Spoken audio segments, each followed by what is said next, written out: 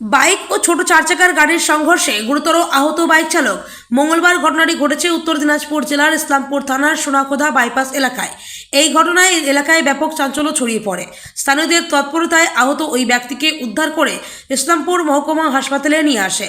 আহত ওই ব্যক্তির নাম রহমত আলী, বাড়ি ইসলামপুর থানার খবরগাঁও এলাকায়, বয়স আনুমানিক 30 বছর।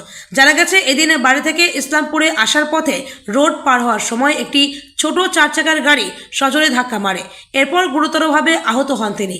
এরপর স্থানীয়দের তৎপরতায় ইসলামপুর মহকুমা হাসপাতালে নিয়ে আসে। আহত ওই ব্যক্তির অবস্থার অবনতি হলে কর্তব্যরত চিকিৎসক তাকে উত্তরবঙ্গ মেডিকেল কলেজ ও হাসপাতালে রেফার করে। হয়েছে ঘটনাটা?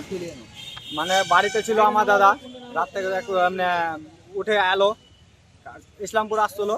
ইসলামপুর আস্তে আস্তে বাস একটা চার চাকা আসছে বাইপাস থেকে, আর ওই ক্রস করে আসতো তো বাইপাসে আসে ধাক্কা মেরে যাচ্ছে, পুরা খাই ক্ষতি।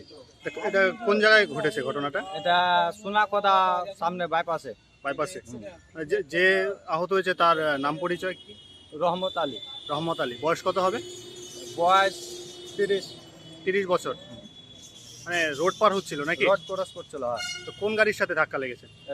চার চাকার সাথে। চার জায়গার সাথে। এখন কোথায় আছে উনি? উনি এখন হাসপাতাল নিলাম, হাসপাতালে নিল না, চলে গেল মেডিকেল ঠেলে দিল। মেডিকেল দিয়ে দিল।